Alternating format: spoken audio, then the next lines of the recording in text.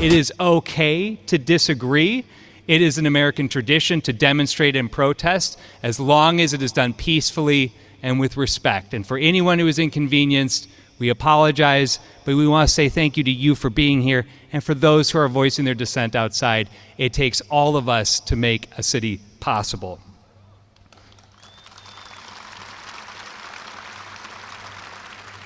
I would also like to thank the incredible array of state, county, and city elected leaders from all over this incredible region and state. It is not easy to be in public service these days. Many of them have been involved in helping support funding for the renovations of Oregon's arena. I would ask that every elected leader and agency staffer that has joined us here today, that is on this screen and with us in collaboration, to please stand. And I would like everybody to recognize the public service that each of these dedicated elected officials give to our community.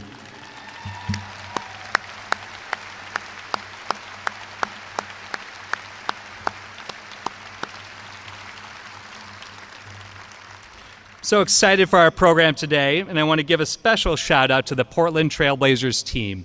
Dwayne and Charles are with us, and so much of the staff have been instrumental in making this day possible, to having us in the Moda Center, and for the work that they have been engaged in over the last year to pave the way to work together to build a better Portland. Let's give our Portland Trailblazers team a big round of applause.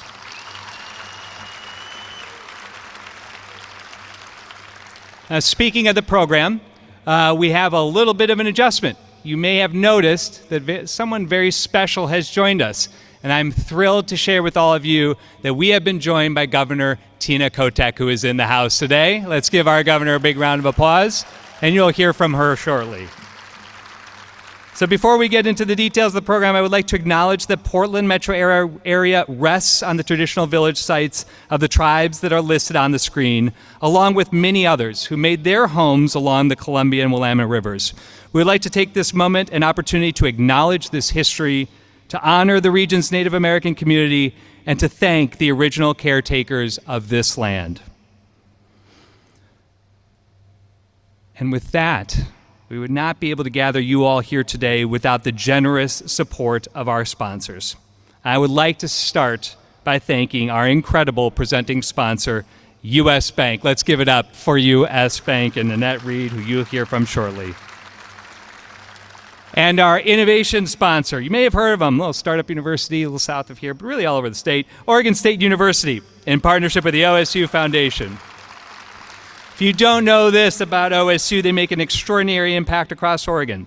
Their 2026 Economic Impact Report released today shows that OSU generated $4.4 billion, that was B, billion, in economic impact statewide in the fiscal year, and supports 25,000 jobs.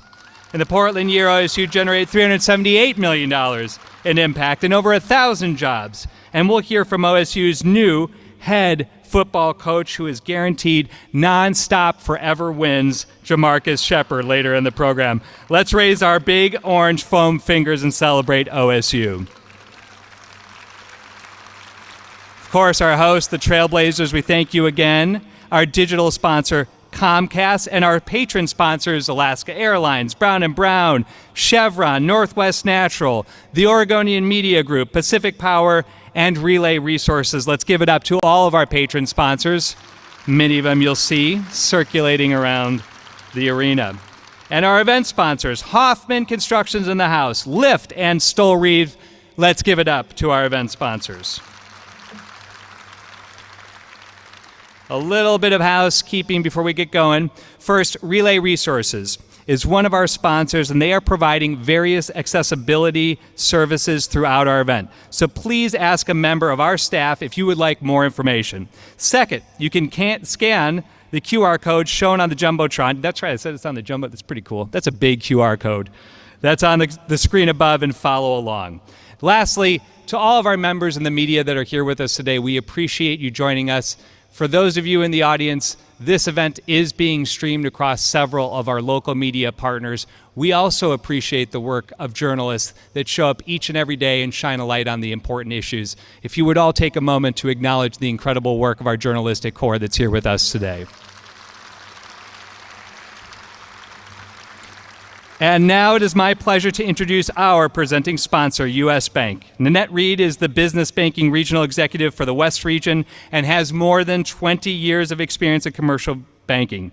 She is a board member for the National MS Society and, which she says is often her greatest accomplishment, an executive committee member of the Portland Metro Chamber Board of Directors. So please join me in welcoming Nanette Reed.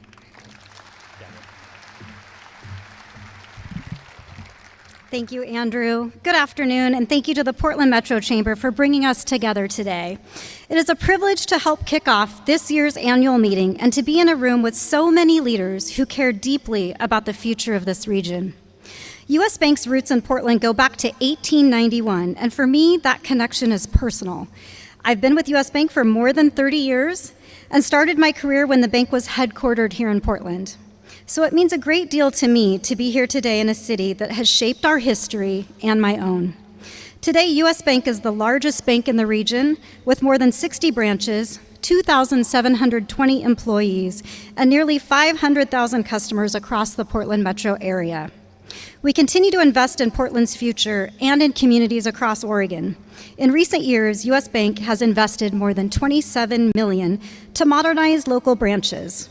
We have provided more than $22 million in approved SBA loans for small businesses. And we have contributed $6.5 million to local nonprofits alongside 32,000 volunteer hours. We have also helped provide affordable housing across the state, including Legion Commons, Gleason Street Family Housing, and Meridian Gardens in Portland, as well as projects in Troutdale, Salem, Albany, and Eugene, helping expand access to safe, stable housing and support stronger communities. That same spirit of partnership is reflected in how we continue to grow and innovate as a company. Earlier this year, U.S. Bank became the official bank and wealth management sponsor of the NFL, building on a relationship that spans more than 20 years and reflects a shared focus on innovation, financial stability, and community impact. Together, we also launched U.S. Bank Financial Edge, a program designed to help NFL players navigate their financial futures. It is another example of how we are finding new ways to serve people and strengthen communities.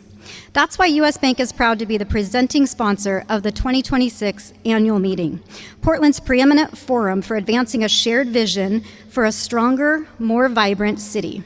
We are proud to support the leaders, ideas, and partnerships that will help write Portland's next chapter. The path forward requires collaboration, investment, and a long-term view. At U.S. Bank, we are committed to being at the table, working alongside all of you to help turn these visions into reality. And speaking of working together to turn visions into reality, it is my pleasure to introduce Winta Johannes from Albina Vision Trust. The historic Lower Albina neighborhood that we sit in today was a creative and thriving, predominantly Black community before families were displaced when thousands of homes were demolished to build Interstate 5, the Memorial Coliseum, and the Portland Public School headquarters. Winta leads the vision to transform and restore Lower Albina, understanding our history and where we have come from so that we can build a brighter future together. Under her leadership, Albina Vision Trust celebrated the opening of Albina 1, a 94-unit affordable housing development that brought displaced Black families back to the neighborhood. And this is just the first step. Winta and her team are doing something that no other community in America has ever attempted. Before she joins us on stage, let's learn a little bit more about the history of this place and the vision Winta is bringing to life.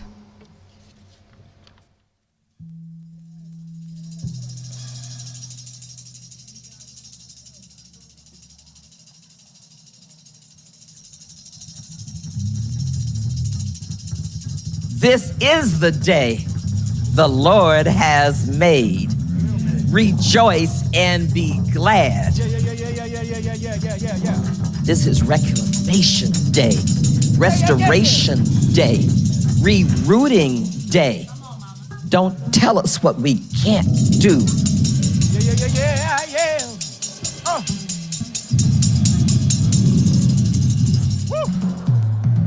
This summer, we began welcoming back the first families to live in Lower Albina in more than 40 years. With Albina 1, we are setting the foundation for the transformation of an entire neighborhood and with it, the entire city of Portland. Homecoming for us is not a singular moment in time. It is a rhythm that has always defined Albina. Again and again, people have come home. Home to this place, home to one another, home to the conviction that we can build something the world has never seen before. Our beloved Senator Avell Gordley always says, make the ancestors proud. And for me, Frederick Douglass Gary Jr. and Bobby Lou Mosley Gary, I think you're watching and applauding. We're home. We're home.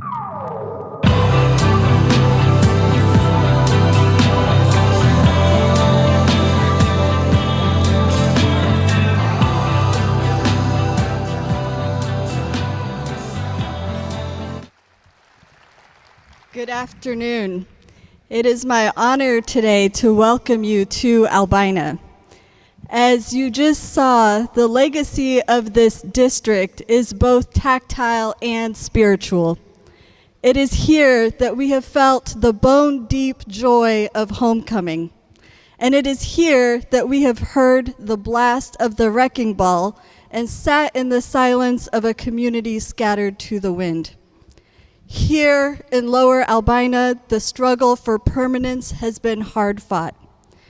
Albina was once home to more than 80% of Portland's Black Portlanders. It was the beating heart of a working class neighborhood building itself into something bigger. Then came the Coliseum, the original home of the Portland Trailblazers. It landed like a bomb in the middle of this neighborhood. 13 city blocks wiped clean. 450 homes and businesses gone. Then came a highway, a school district megastructure, endless fields of concrete, painted lines, and parking lots. The images above reflect plainly more than $1 billion of wealth stolen from a community in the name of statewide prosperity. What you experience today as a disjointed, dysfunctional stretch of our central city is evidence of how badly we have treated each other. And it is evidence just as plainly of the work we still have to do. The Albina Vision Trust was formed with a singular understanding that just as we have inherited a legacy of destruction, we have also collectively inherited a generational opportunity to reshape our central city to better reflect our care for one another. Thank you. This district is not defined solely by the legacy of its destruction. Our optimism is rooted in something deeper, our intimate knowledge of this place and the people who have called it home. We know that this was the birthplace of citywide tree planting initiatives and of the fight to make public education a civil right for every child. We know that this was a deeply integrated neighborhood, home to world-class jazz venues lovingly called the Black and Tan Clubs. We understand that the story of Albina is the story of urban America. That is why what happens here matters far beyond here. We must prove that we can move past resigned indifference, that we can grow our cities without cleansing working class and diverse families from the very core. And if we are brave enough to build that future, here is what we envision a reimagined Lower Albina could look like. 90 seconds from where we sit, we can build a neighborhood where a family earning $30,000 a year lives next door to a family making $300,000 a year, where children grow up seeing prosperity as something they take part in, not something happening around them. A district designed for safety, for belonging, for possibility. with balconies that look out over parks instead of parking lots. Lower Albina is where we will gather to support small businesses and support our food culture, a place where Sunday dinners spill into courtyards and music carries down open streets, where the ground floors are filled with Black-owned businesses, local makers, childcare providers, and first-time entrepreneurs, where people stay after the event, spend close to home, and build wealth that lasts for generations. We know that the strongest economies are the ones where the most people get to create and share in the value that is generated. This is Albina as Portland's largest gathering place, our truest front porch. Taken together, this is what Lower Albina will look like from the west side. As we close, I want to leave you with the image behind me and with the question it asks of every single one of us today. What makes a district world-class is never any singular building. It is the life that exists around them, the opportunity it creates, and whether the people who live nearby can see themselves in the futures being built. We need to acknowledge the tension of this moment honestly. Many Portlanders look around and see rising costs, persistent inequality, and wealth concentrated in fewer hands while feeling less secure than the generation before them. Across our region, households and employers are living through an economy that feels recessionary. Job growth declining, housing production stalling, confidence in our future under strain, even as other parts of the country grow. We cannot build the district you see behind me if we accept decline as inevitable. We build it only if we can choose urgency and imagination. So, let us say plainly, a working arena matters. It was built with real sacrifice, and keeping it alive is worth doing. But let us be just as plain. Preventing a mothballed arena is not brave leadership. It is the floor for meeting our collective minimum responsibility. The real test is far greater. It is whether we can turn the public's extraordinary investment into a building into an extraordinary investment and transformation of the neighborhood around it. Whether the same dollars that secure an arena also secure homes families can afford, streets people want to linger in, storefronts owned by their neighbors, and a real share of the new wealth for the people who have waited the longest for it. This takes courage. Courage to reject polarization. Courage to reject paralysis. Courage to do more than the bare minimum required to protect what we have already paid for. Together, we can and are already building a national model for how a community, the public sector, and the private sector can invest, again, not only in buildings, but in the human fabric of tomorrow. Portland has never done its best work by lowering its ambition to match its anxiety. We must do better. This is our moment to meet it and to meet each other. So let's get to work. Thank you.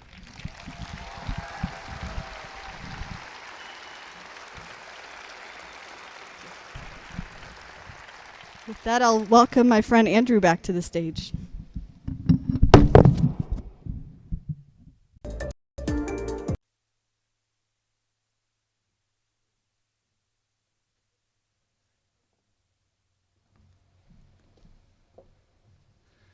She actually dropped the mic.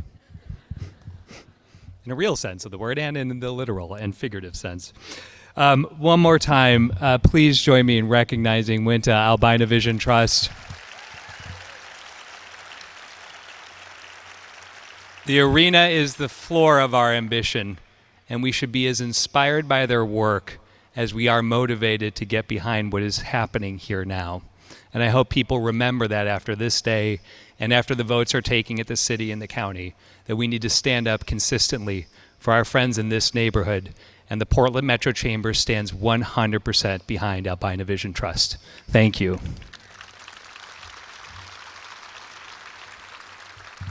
Well, it's going to be a tough act to follow, but I think, it's possible, Governor. We are just thrilled to have our governor here with us today. She has taken the mantle of caring for our city in a way that I have not experienced with any governor in the past, and I am so thrilled that we have the opportunity to welcome someone who has led the Central City Task Force and soon to be releasing their report, the Prosperity Council, someone who wants to work with business in a collaborative fashion, someone who cares about our state, who recognizes that Portland is the beating heart of the state and also recognizes the importance of the rural-urban connections. I am so pleased that we have the governor with us today. She has been caring about this city since day one. Please join me in recognizing and welcoming the governor of the state of Oregon, Tina.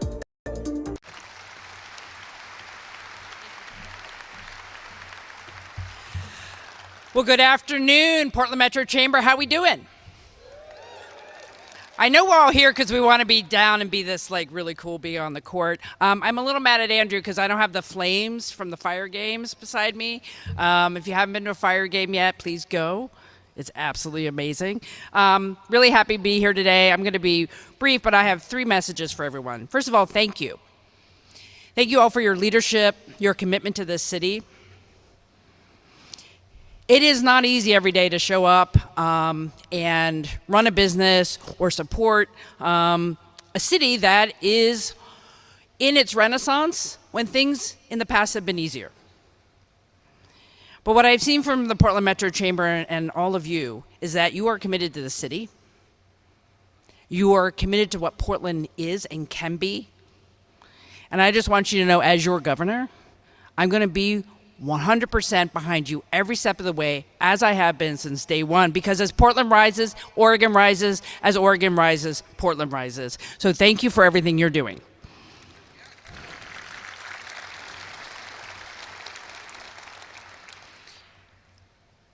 I also want to talk about the vision of this building.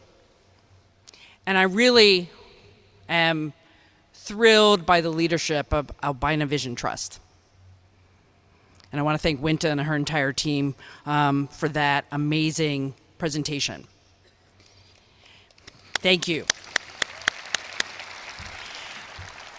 The state is committed to the vision that Albina Vision Trust has for this community. This building is not just about sports. It's not just about sitting in the stands. The state is committed to a new Moda Center, to be a linchpin to the transformation of Lower Albina, to make sure we can maintain the jobs and direct and indirect jobs that are produced by this arena, but not just settle for what we've had, but be better.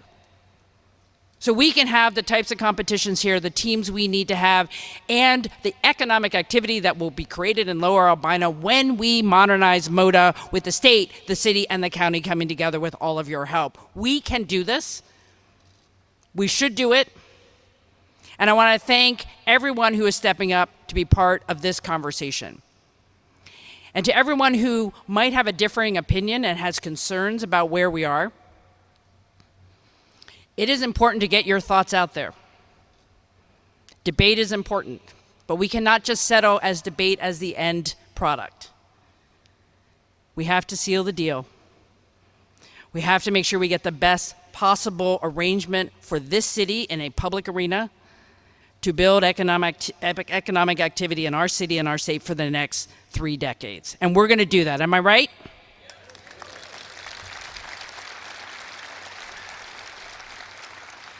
And lastly, I just want to say I just got off the plane today, a very on-time Alaska Airlines flight from San Diego. Thank you very much.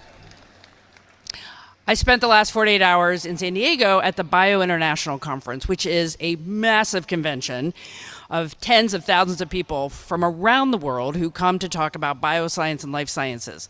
I bring that up because, as your governor, I will go anywhere I have to tout the assets that is Oregon. For those of you who don't know the bioscience, life sciences sector here in Oregon, it creates 75,000 jobs across our state. 2,500 businesses and annually about $5.6 billion in export. I believe over the next decade we can double that. We are poised to be even more of a life science leader than we already are.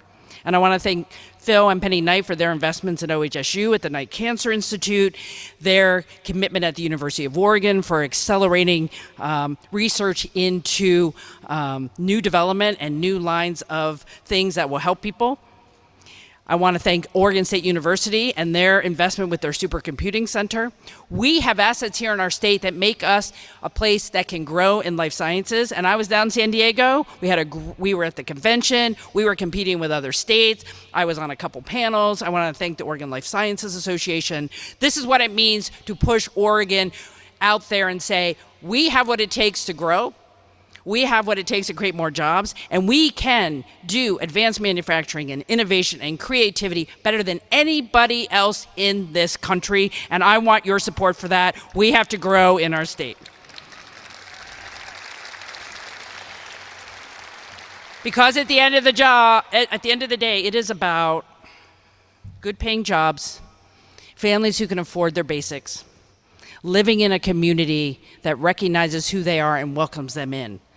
Like the vision for Lower Albina, like the vision for the entire state. And with you, Portland is moving forward. Our best days are ahead, and while our confidence and hope is tested right now, I know that you are up for the task of making sure Portland has what it needs for the next couple decades. So thank you all for being here today. Thank you for what you do, and I am proud to be your governor. Thank you very much.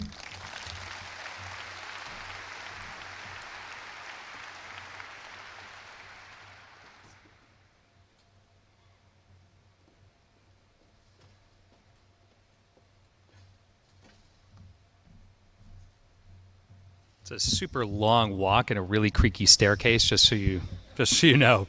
Thank you once again to our governor. Also, thank you to her team, Vince Porter, of course, and then we are thrilled with your selection of a new chief of staff, and Emerald Bogue, who most recently, we all know the reason you picked her was she was also on the Portland Metro Chamber Board of Directors. So with that, please join me once again in giving our governor a huge round of applause and gratitude.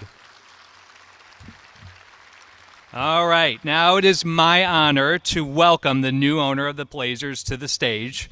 Tom Dundon has an extensive and impressive resume, but the one that is the most relevant today is the fact that the other team that he owns and cares for just won the Stanley Cup.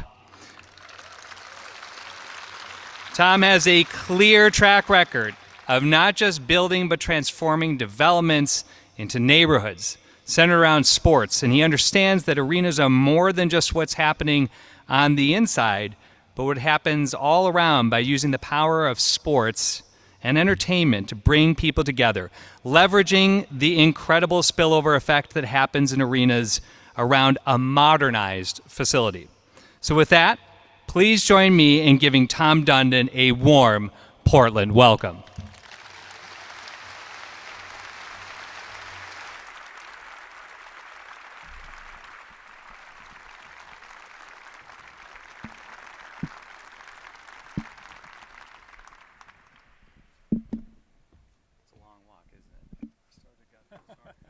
Getting your steps in today.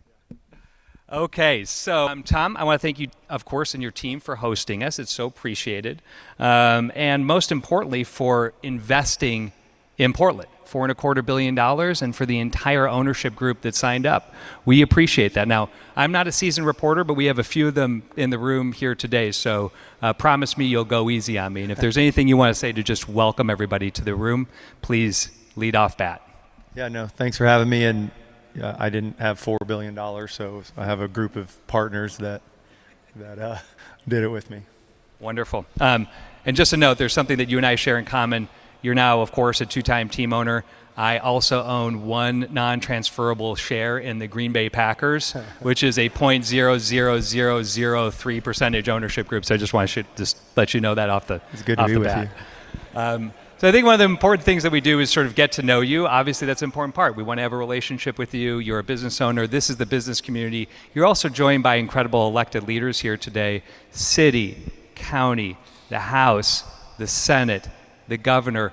Many of them have done their part already to get this big project over the finish line, and many of them are in the process right now of doing it. So for us, this is really a chance to get to know you. So let's start off with some rapid fire questions, if that's all right with you. So here we go. Are you ready? One word to describe winning the Stanley Cup. Incredible. I don't doubt. Tell me more. I don't even play hockey. I can't even skate. Okay, you were born in New York City and partially raised in Jersey. I spent a little sojourn in Brooklyn, so, good on you. What was your clearest memory from your early life on the East Coast?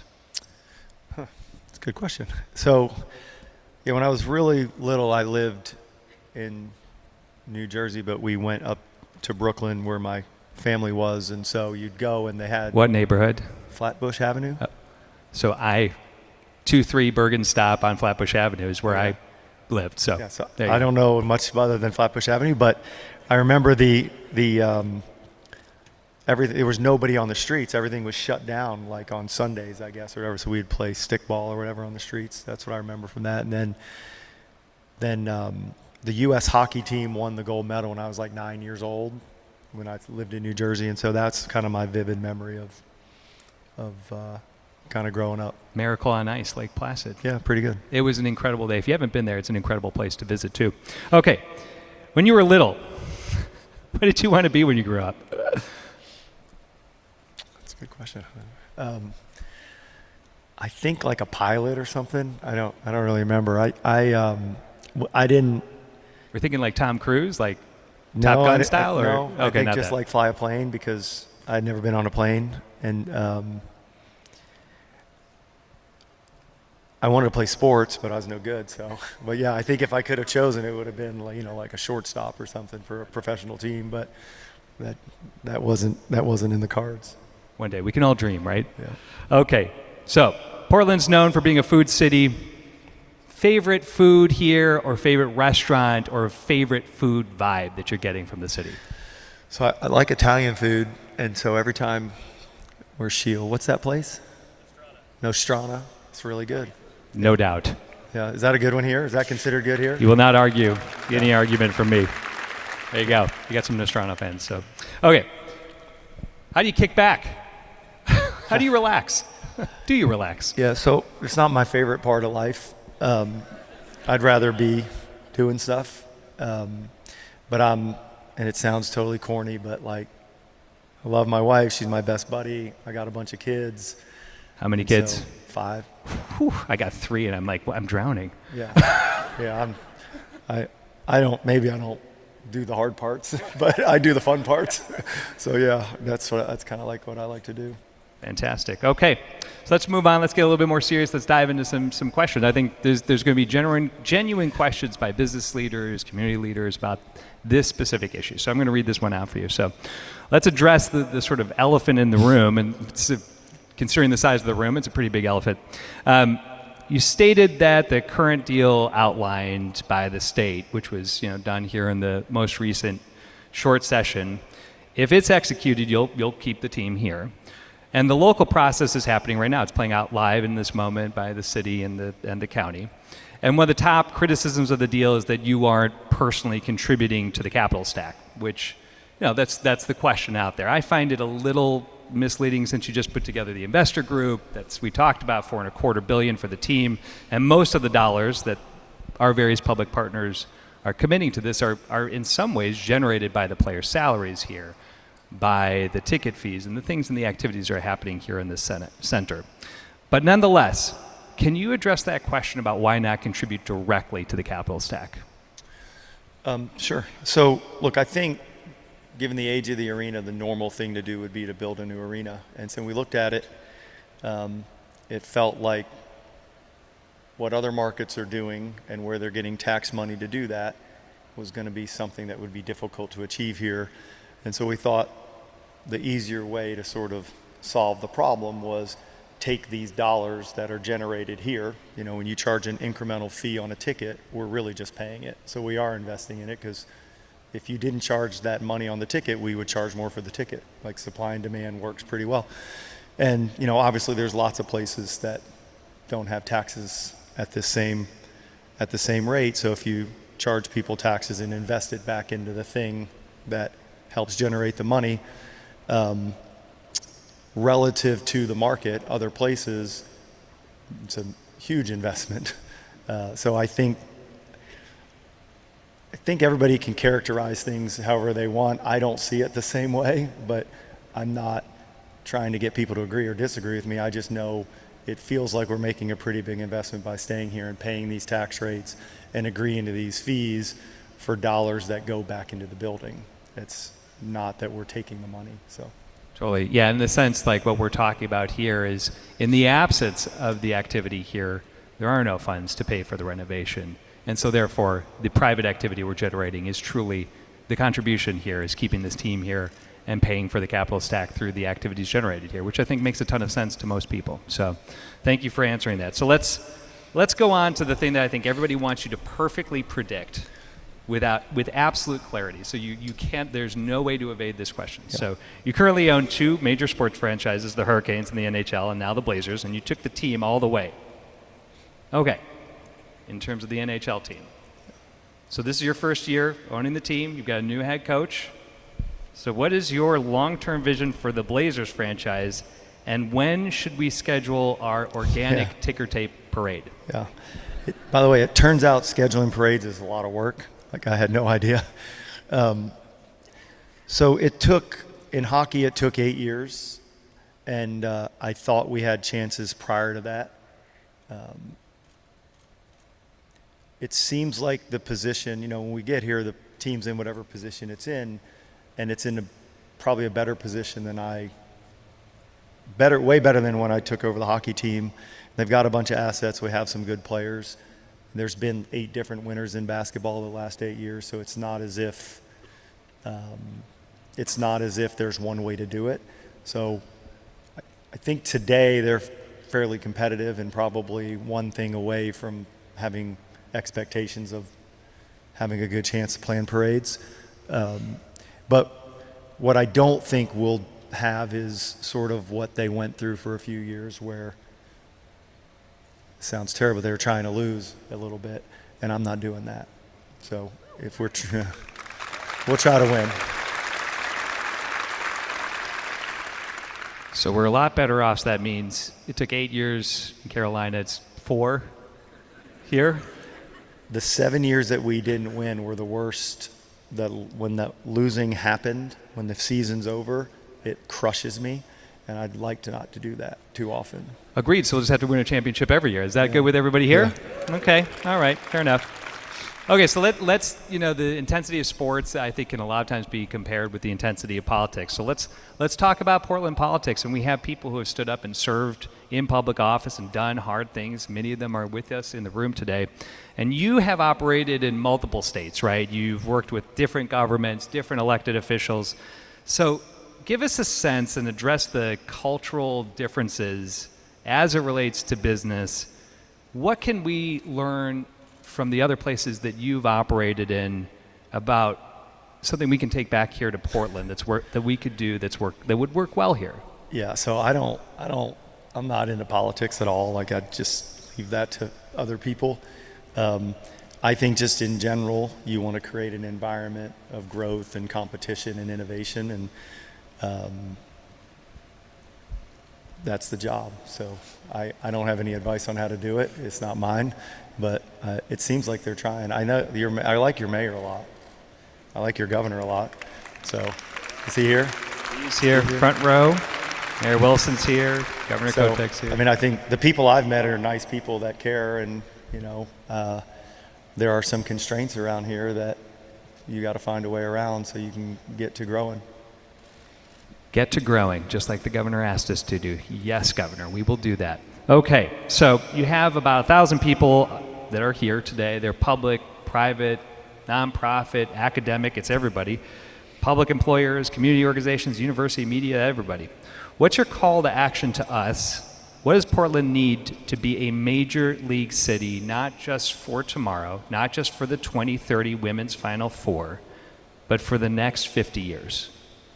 I think it's the same answer. It's right. Like, how do we find a way to put people in a position where they want to innovate, where you want to grow, and and it feels like there's a lot of people thinking about it. But I wake up every day wanting to do things a certain way, but that doesn't make it right for everybody else. So I don't really want to tell other people what they should do, but I think it seems obvious that if we just push to do more, then maybe some good things happen.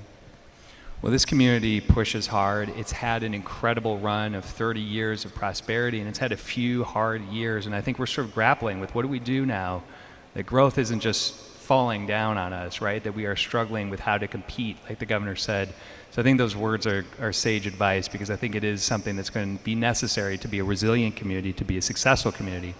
And one thing I just sort of want to, first off, sort of end with you on is, I mentioned to you that, proud Green Bay Packers team owner. Okay, it's one share, don't laugh at that. But I say that because when I grew up, green and gold all the way, and it's a town of about 100,000 people. There's more folks that fit into the stadium than are in the entire city of Green Bay. And that fan base is incredibly connected and deeply rooted to place, right? Because why would you ever put a major league sports franchise in a 100,000 person city? But what I have learned, because I moved here about 8 years ago from Brooklyn, is that the connection that this state has with this team and with this franchise is in so many ways akin to the connection and love people feel for the Packers. Like, this is the thing that brings our state together, and it's the thing that gives people a sense of universal pride to see the city and the state on the big screen, on the flyovers, when the season's in action. And so I just want to say to you how much it means to us, this place, this team, and this facility. And I just want to say thank you for investing in our city. Thank you for stepping up into the ownership spot and for bringing the ownership and investment group with us here today. And we wish you and your team nothing but success, because your success, this team's success, this means the world to everybody in this room. So thank you. Great. Thank you.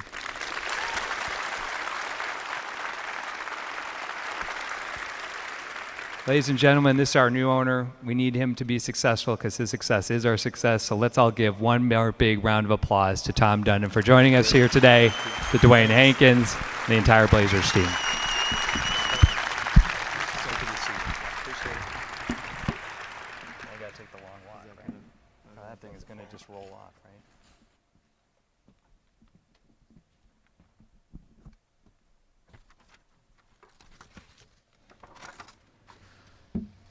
Okay, so with that, we're going to introduce our panel.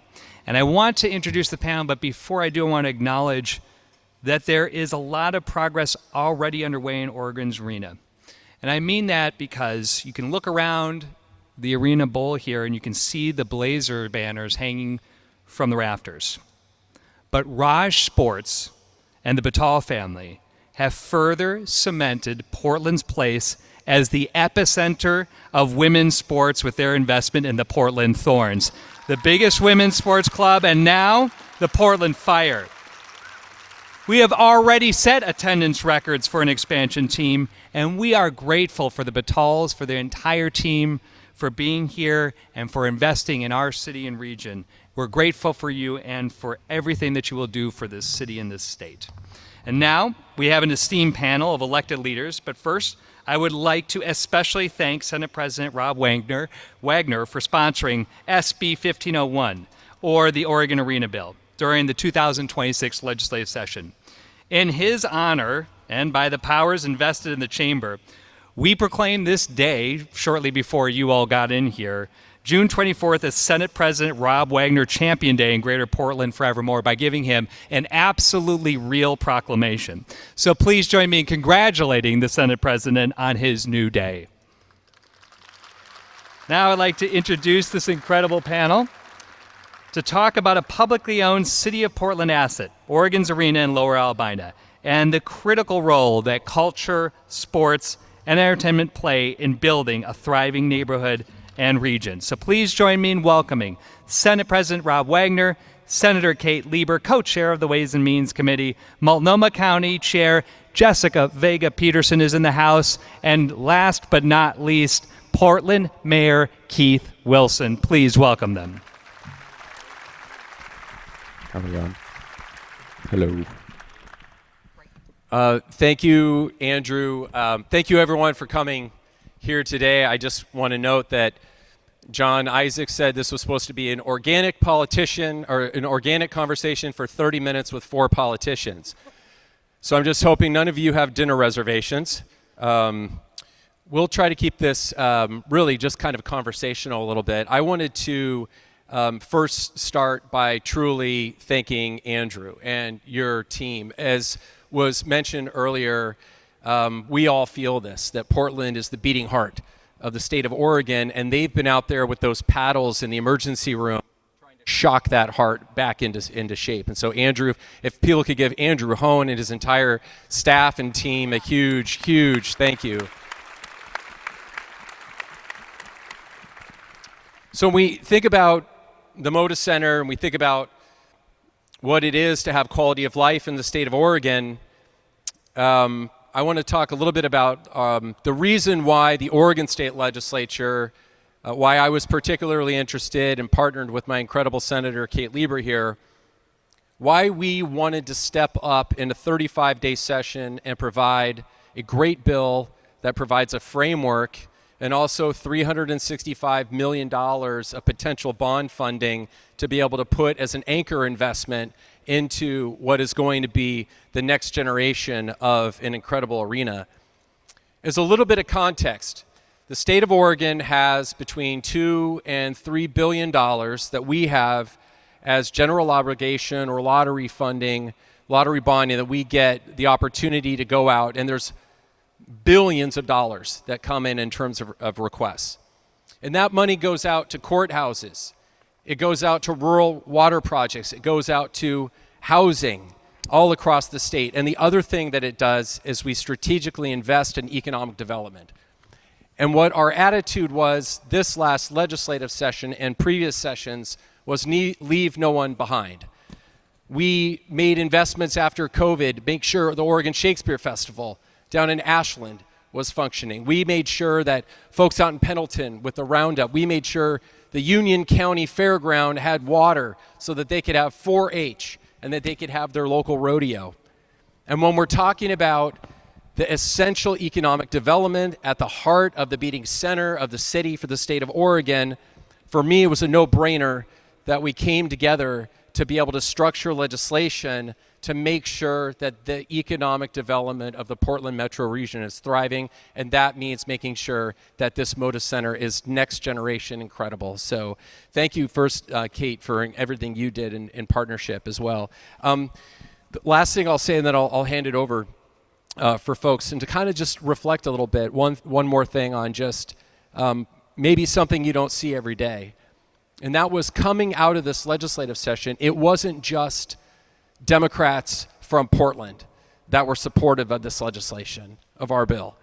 It was Senator Todd Nash, a cattle rancher from Wallowa County on the edge of Idaho. It was Senator David Brock Smith down in Port Orford, almost down to the California border.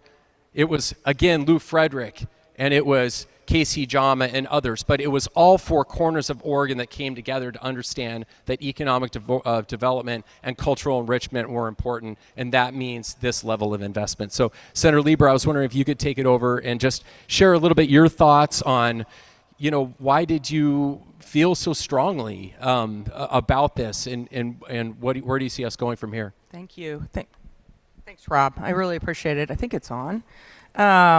And of course, Mayor Wilson, the most likable man in the building.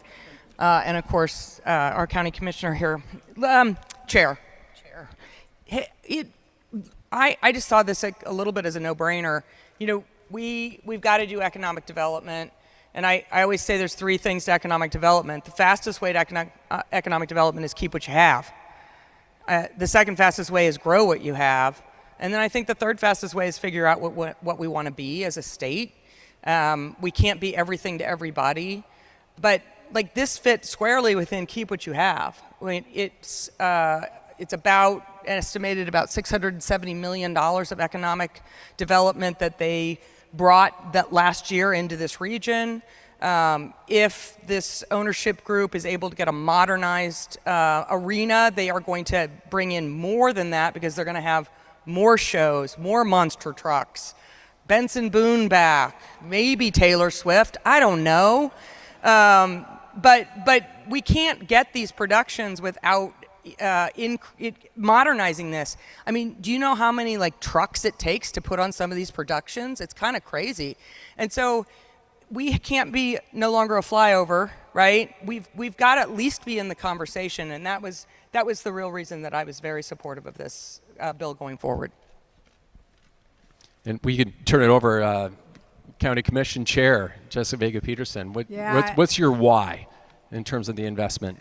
You know, so for me, this is about, I mean, we've all been in this stadium, in this arena, when it's been full to the rafters. We've heard the energy, we've had the excitement, you know, whether it's a Fire game or a Blazers game or a concert, it's an incredible space. I will tell you, there was a really rare occurrence that occurred last Friday night when my husband and my 2 teenagers and we all sat down and had a family board game night. And this is something that happened, you know, a lot when they were little, but less so now that they're teenagers. But we got to spend the night talking and joking and bonding.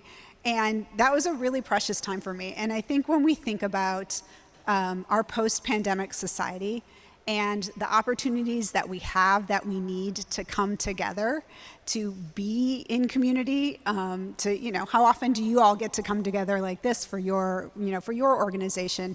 That to me is really what the Moda Center is about, whether it's coming for a game like that, whether it's coming for, you know, activities that happen because of the Moda Center, because of the activities that are happening here. There's the El Grito Festival that I go to every year, which is a kickoff for Hispanic Heritage Month. And we show up there as a county. We do health checks and give vaccines, and it's dancing, and it's commerce, and it's a really wonderful thing. That is the power of a place like the Moda Center, of having a civic center. And we as a county, you know, we're the local public health authority. We are the local mental health authority, right? Our community does better when we have those chances to come together, when we have the chances to really to be healthy, to be excited, to be happy, and we need more of that. This is also a once-in-a-generation opportunity, and it was so great to hear from Winta today.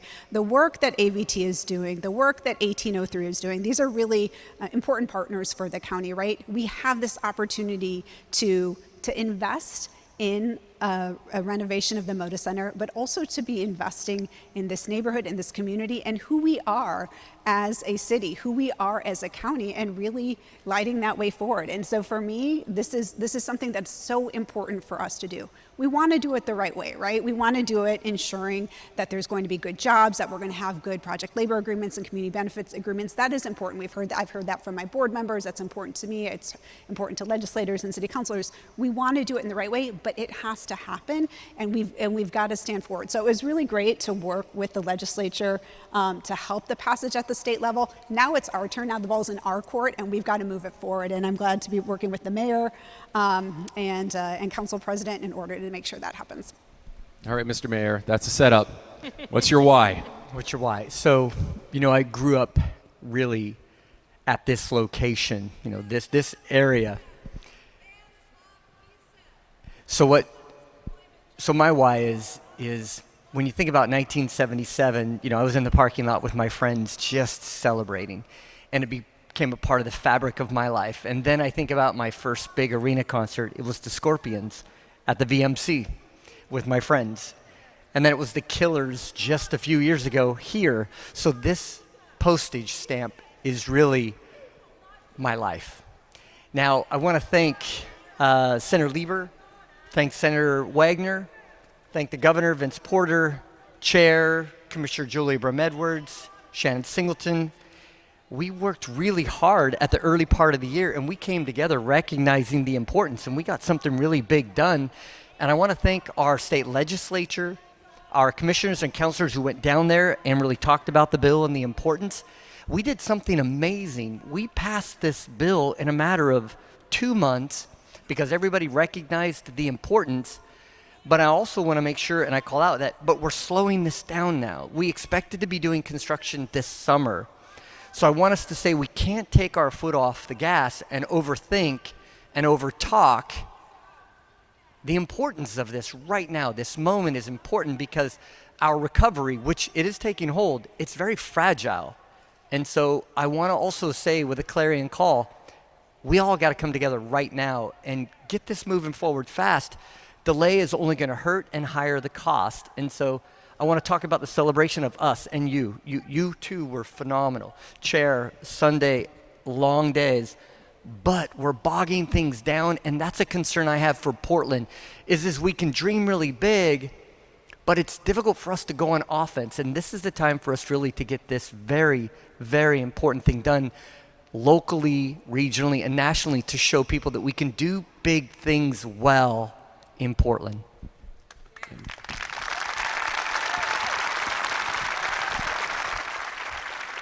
And I just wanted to share a story and see if this, actually a couple things, and see if this kind of elicits some thoughts from you.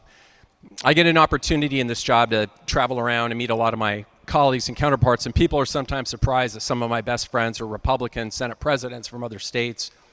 I was at a conference recently and having dinner with the Senate president from Oklahoma, Lonnie Paxton, and he spent about 15 minutes telling me about the transformational investment that happened when the Thunder were able to actually set anchor in Oklahoma City. The before and after, the sense of pride in that community, but also the economic development that happens.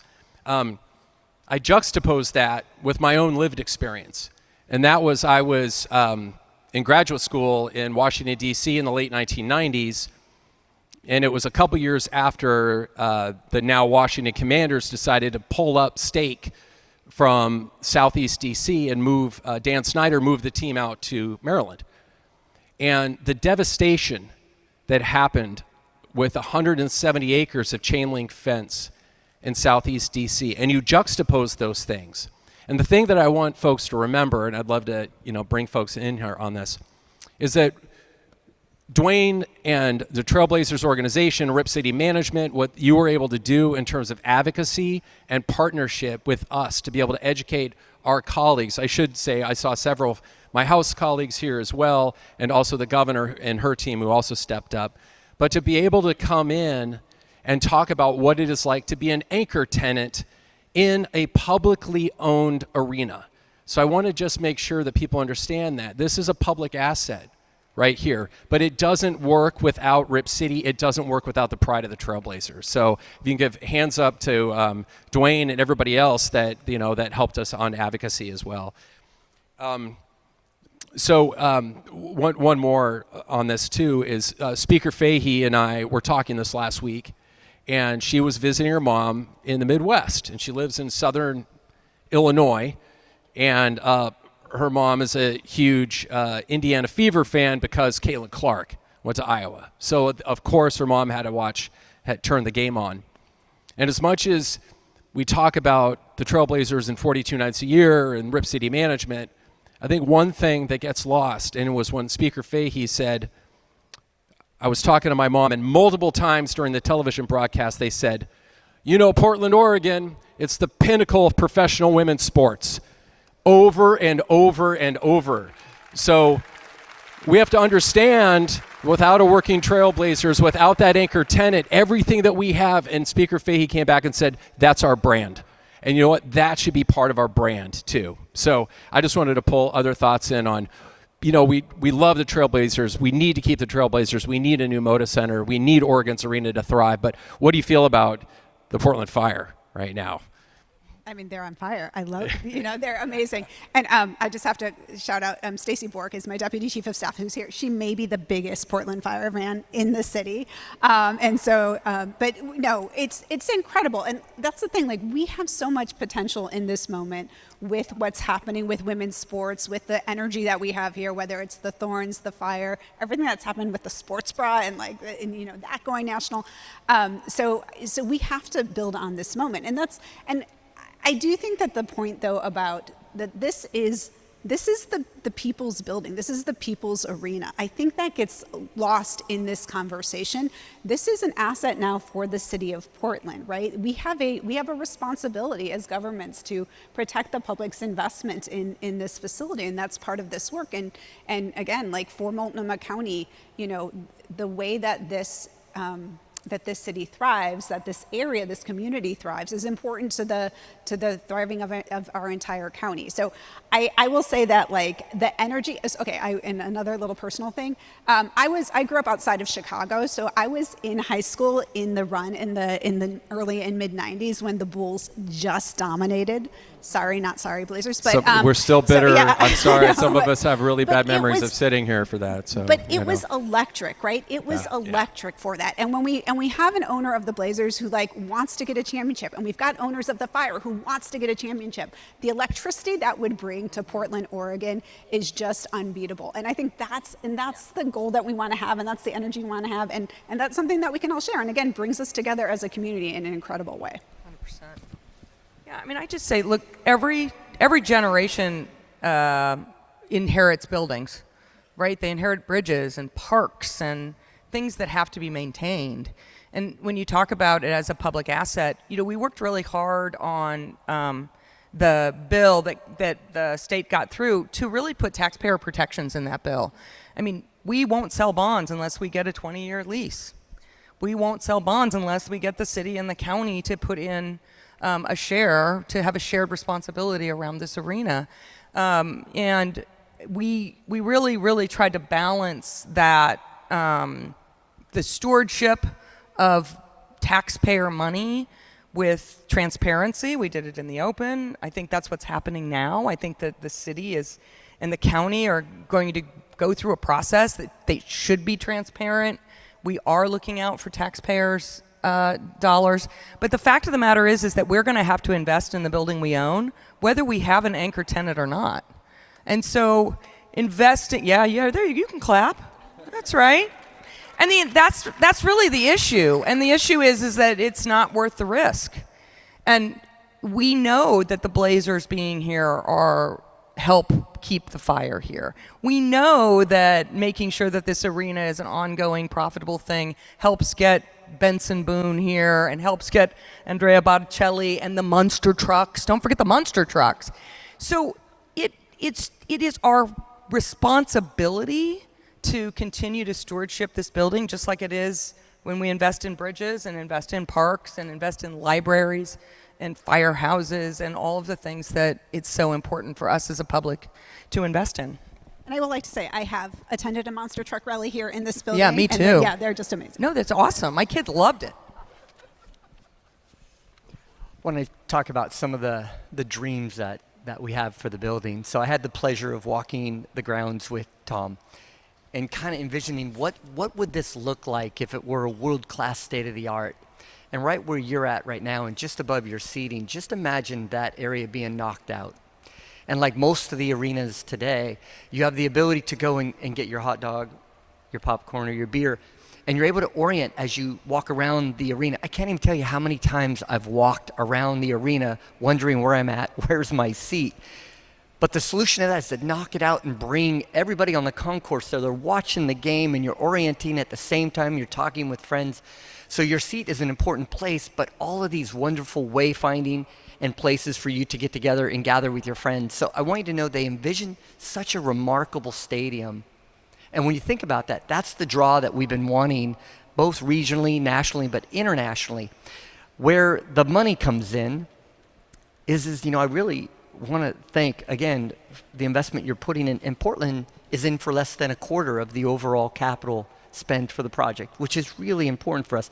Now we're going to talk about the operational maintenance, but what that gets us is every time I talk to Commissioner Silver and Ron Wyden and I are doing Senator Wyden and I are doing kind of a pincer move on him, we say, okay, we're going to do this, but we need the All-Star game. We need the WNBA All-Star game. We are talking about this in fixed terms. It's $670 million on a per annum basis. The All-Star game is $500 million for 1 week, 7,000 room nights. when we only have 10,000 rooms in the entire city, I want you to start thinking beyond the scope of just where we are today, but where we could go tomorrow. And what's really exciting about professional sports is they're ambassadors to the entire nation to say that we're open for business. More importantly, the WNBA, specifically the NBA, they're starting to play overseas. I would love to have the Portland Trailblazers in Berlin or Paris, Vancouver, BC, or wherever playing, because it's actually an open door to the city. And where is that? And when you think about it, there's only 30 teams. It's a real rare for a city to have an NBA team, let alone to have a caliber coach and an owner like Tom. He's not a dud. Every time I talk to him, he is pushing. How do I get the seats filled? How do I get velocity? How do I improve the experience for Portlanders, which he knows your enjoyment then turns into a winning team, because the excitement is something that becomes palpable. So the sports franchise is as important as the entertainment franchise, the culture, the art, that it all brings into our living room, which is really where you're at right now. So there was talk earlier of a renaissance. I think somebody was talking about that. Maybe it was the governor, I can't remember, but maybe Senator Lieber, just, you know, you've been on this mantra, and I hear you in the Capitol all the time about economic development. Is that because I'm so loud?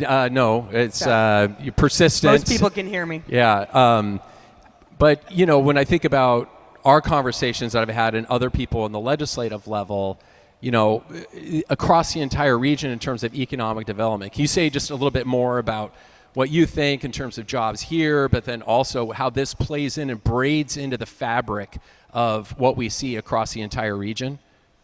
Yeah, I mean, you know, obviously the governor did talk about it's Portland, how Portland goes, the Oregon goes, and we have to really, really pay attention to that. And we know that Portland has, in the last few years, has sort of struggled with its economy. People have left the city, businesses have left the city, you know, and quite frankly, we are not getting we're not attracting those that want to grow good-paying jobs, right? We need job creators, and job creators are good.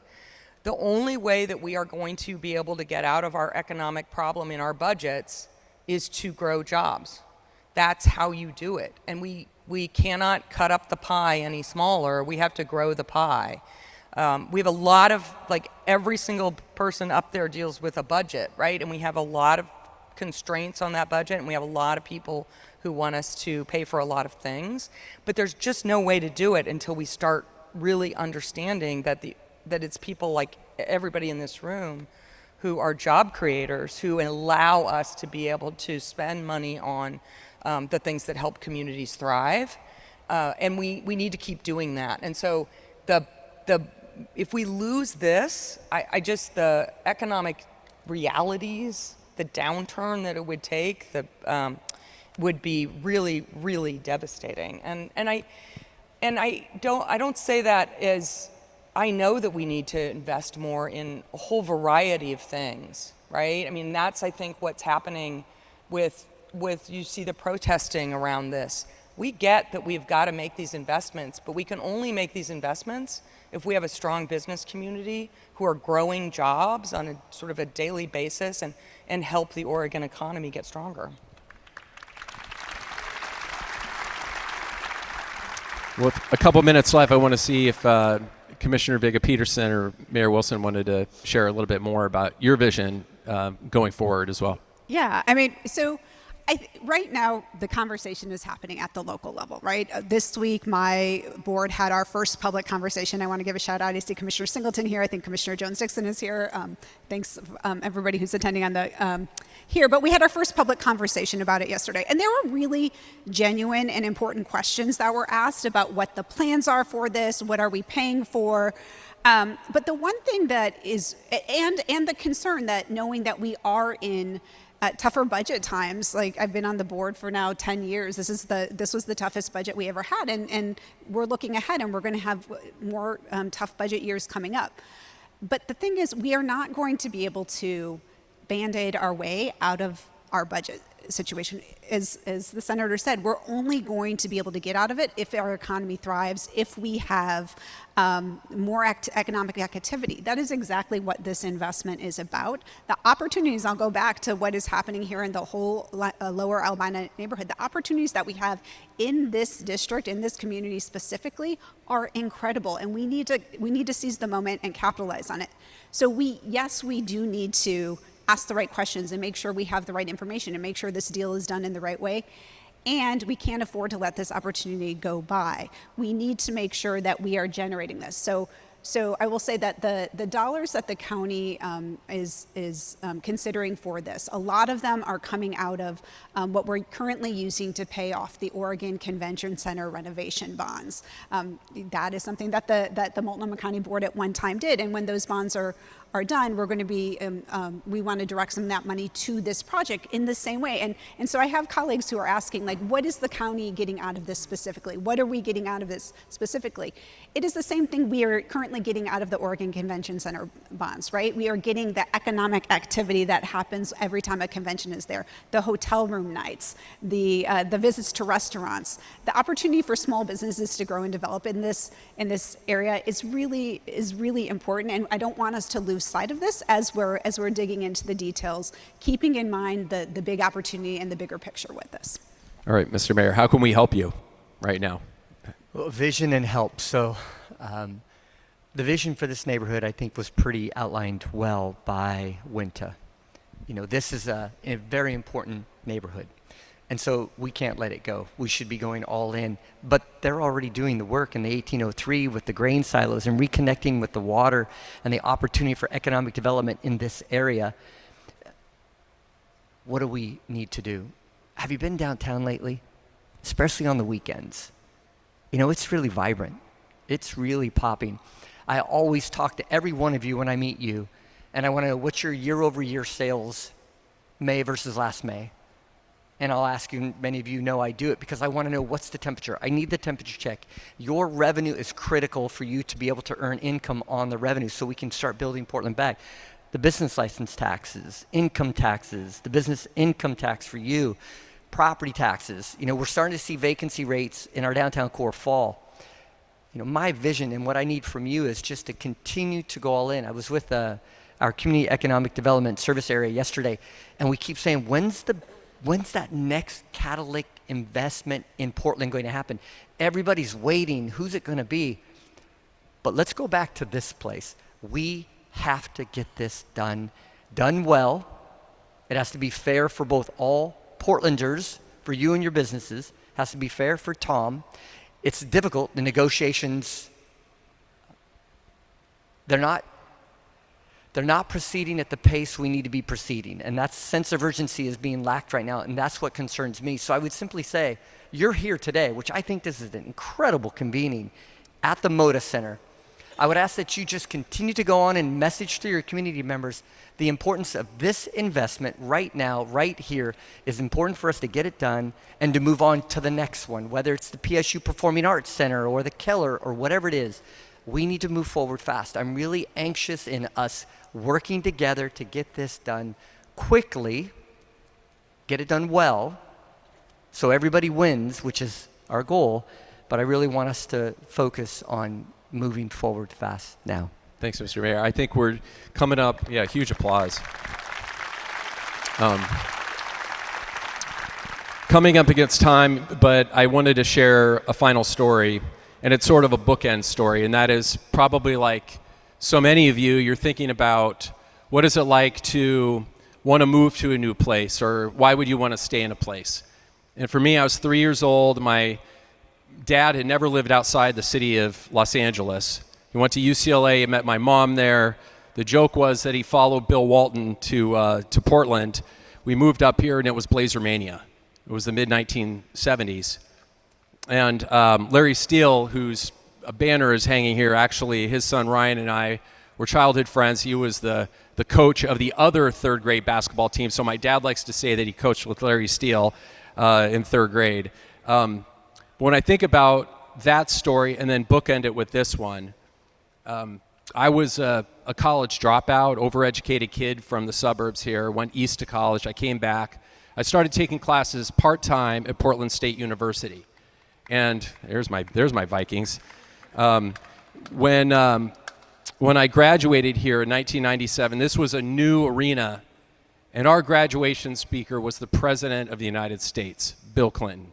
And what it meant to have this arena to be able to host the current President of the United States, I would like to think that we can put our mark down. We can put our marker down, that Mr. Mayor, for folks out here, we're here to help you get this across the line, whatever we can do from now until completion. But my ask of everyone here as well is please don't just walk away from here thinking this was either a good conversation or boring. Please lean into the chamber and figure out how we can each do our part to make sure that we're successful, that we get this deal done, that we keep the Trailblazers here, that we have a thriving economy, and that we can look at the next generation of Oregon's arena. So thank you so much.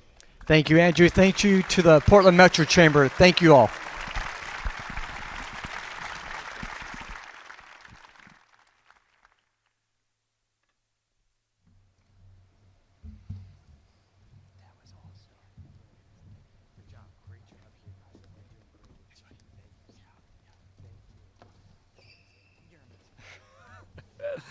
One more time for our incredible panel, please. And if I could just say a similar story, Senate President, that I moved to Brooklyn, and there are so many that grew up there that remember the day that the Brooklyn Dodgers left. And I was there to welcome home the Brooklyn Nets. And in that moment, it was clear to everybody that loved that city and loved that borough that our time had come, that we had done a big thing, and that the best days of Brooklyn were ahead. And I feel the exact same way about what we're going to be doing here at Oregon's Arena in Lower Albina. So thank you for all your work. Folks, we are in the home stretch. So, and if you're like me, I need a drink. But I do want to say we are making it possible, of course, from the support of our incredible partners at Oregon State University. And I am just so thrilled to be closing out right before our board chair sends us on our way is the incredible coach of OSU, Coach Jamarcus Shepard. He's making his way to Oregon by the way of Alabama. He was hired last November as our new head football coach. And with that, please welcome Jamarcus.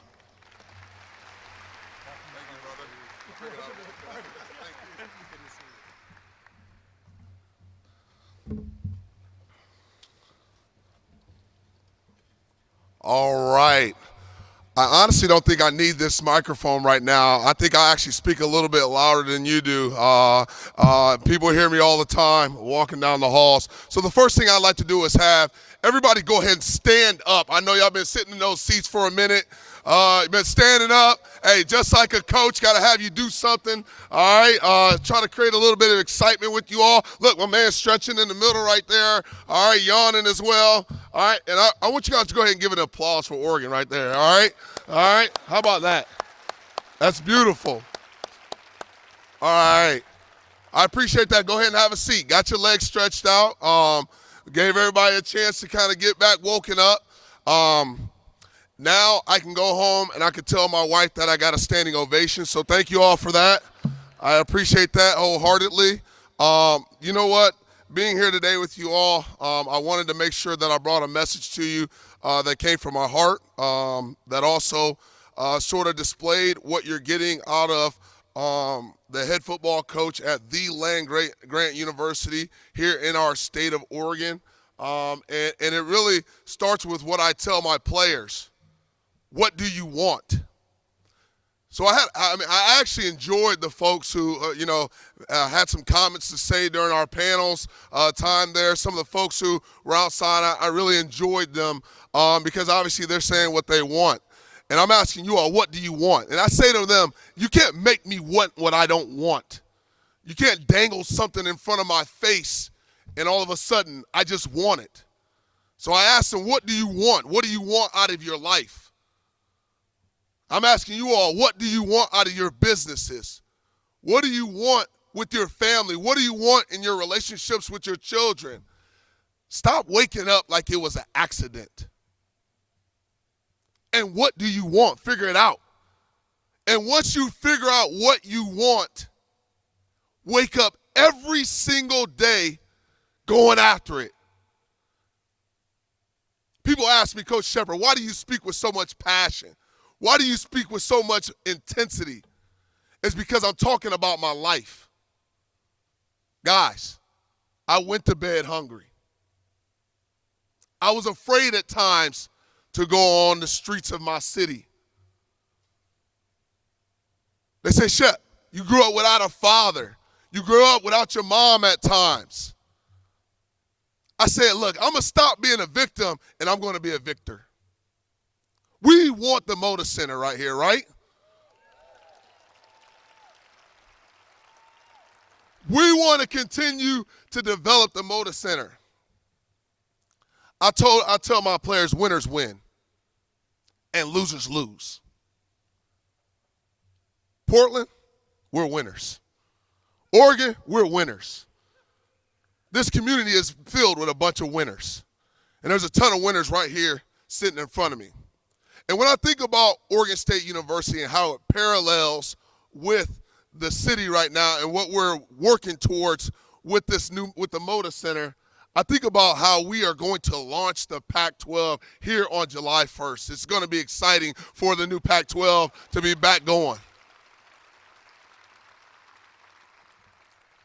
There are a lot of individuals who worked really hard, so I would be remiss if I didn't thank President Murphy there at Oregon State University. She's doing an outstanding job of bringing the right people into our community and giving us a chance to highlight what this state is capable of. But also Scott Barnes, our outgoing athletics director, did an outstanding job of putting together the plan to keep that Pac-12 in place. And the same thing is going on right here, right now.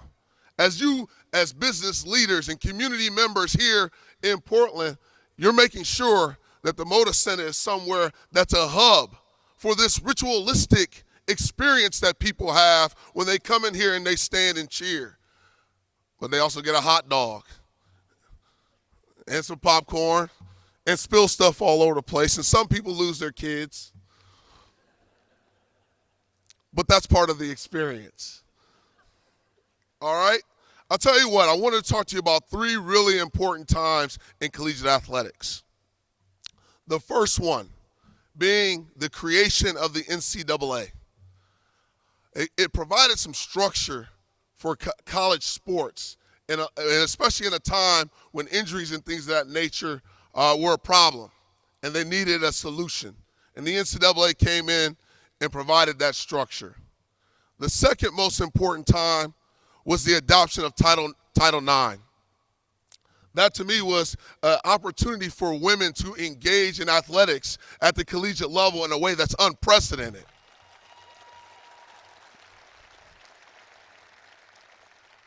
It just provided opportunities in a way that I don't know if any other entity across our country has provided opportunities for women. And the last one is most recently, and that is the House settlement, where they decided that student athletes are now able to profit off their name, image, and likeness, as well as benefit from the revenue generated by various institutions. 3 very, very important times in our history, and we're in the midst of that right now. And I would challenge you all to really, truly make every effort to engage with our student athletes as it pertains to these NIL and rev share opportunities. I had a conversation with one of our constituents and stakeholders there at Oregon State, and I said to him, I don't want you to just give our young men money. I don't want you to do that. I want you to invest in Roth IRAs for them. I've told our players that, guess what?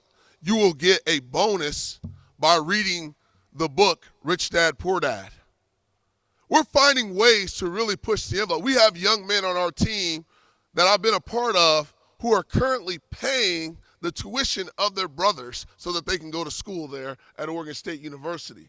I want to make it clear At Oregon State, we're really truly pushing the envelope to help these young people understand the importance of finances and how it can change not just their lives, but lives for generations.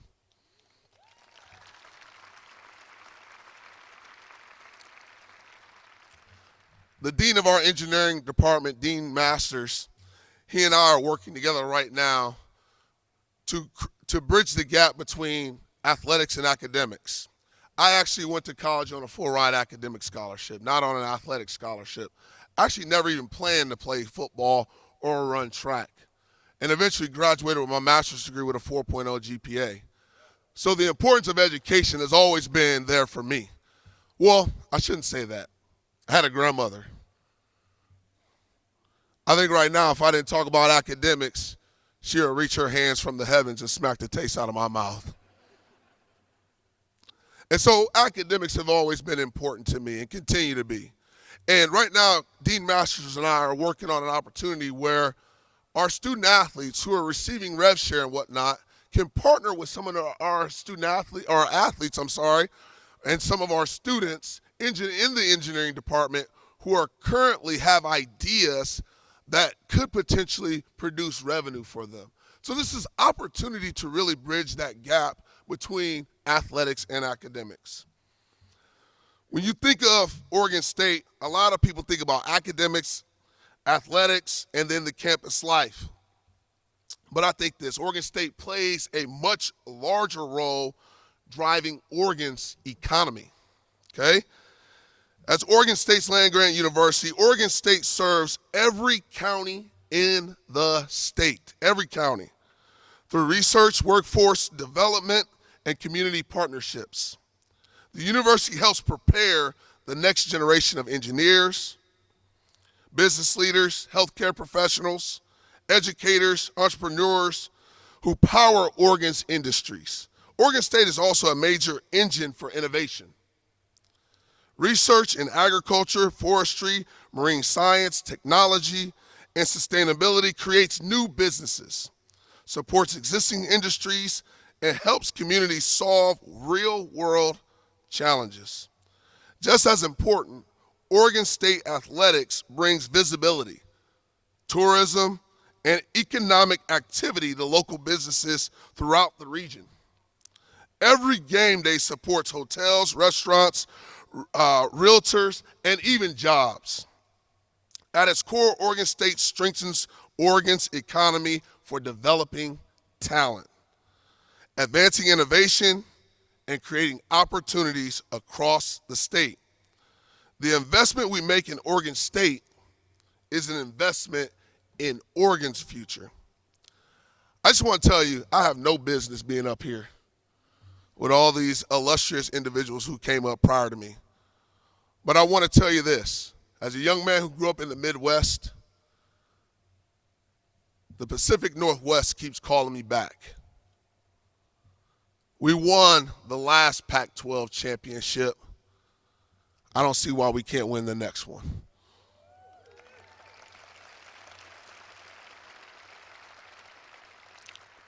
I can't do it without your help. I want to say thank you and go Beavs.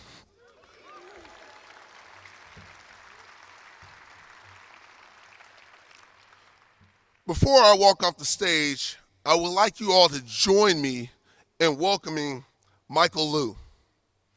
He's the chair of the Portland Metro Chamber Board of Directors and the president of Fubon, the shopping center. A longtime business and community leader, Michael has been a strong advocate for economic growth, entrepreneurship, and strengthening connections across our region. Please help me welcome Michael to the stage.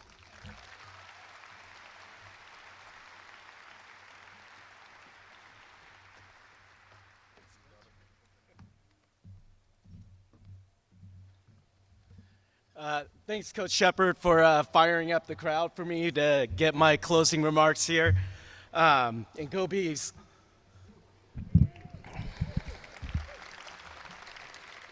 I've been honored to be the chair of the Portland Metro Chamber over the past year. When I joined the Chamber board 8 years ago, I was the only retail business member located in East Portland. and never envisioned myself as the chair representing the entire chamber.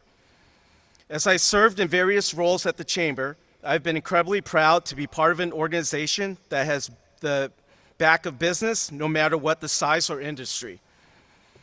Now, the building and event we're sitting in has been making headlines and creating a lot of buzz. The success of this project would have a huge impact on the future of Portland and beyond. But not all the projects the chamber weighs in on gets that much attention. It isn't always about the big projects or the headlines. It is about how this organization stands up for its members and the business community every day.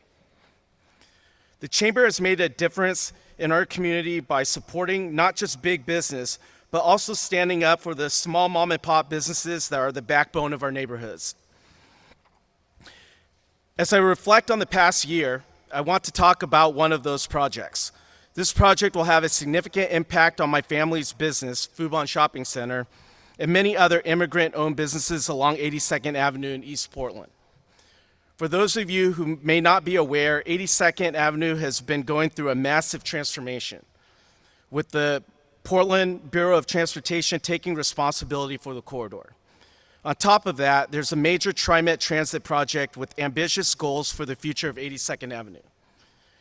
But the proposal, as originally envisioned, would have had a huge impact on access to small businesses and commuters along one of Portland's busiest north-south thoroughfares. The voice of business was not clearly understood, and if it weren't for the chamber, many businesses would not have had the opportunity to voice their concerns on critical aspects of the project. The end result is that the entire community has a better understanding of the issues facing businesses on the corridor.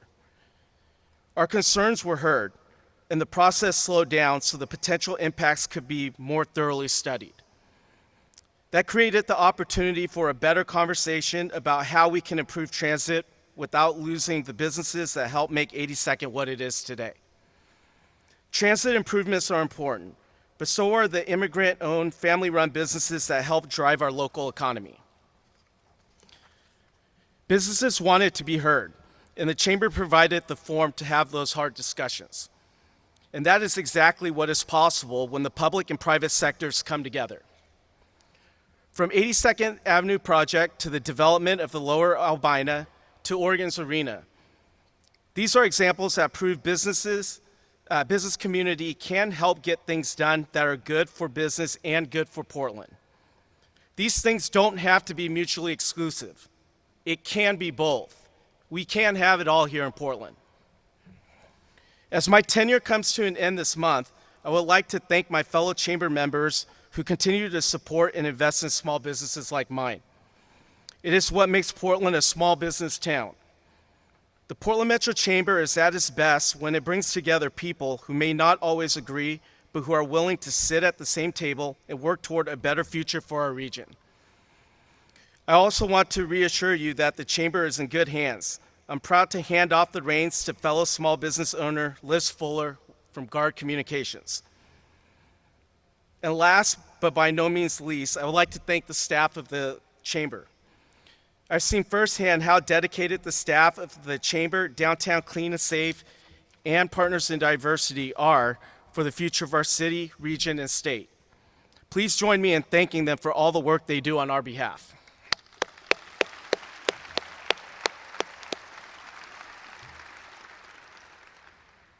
And that's going to bring us to the end of our reception.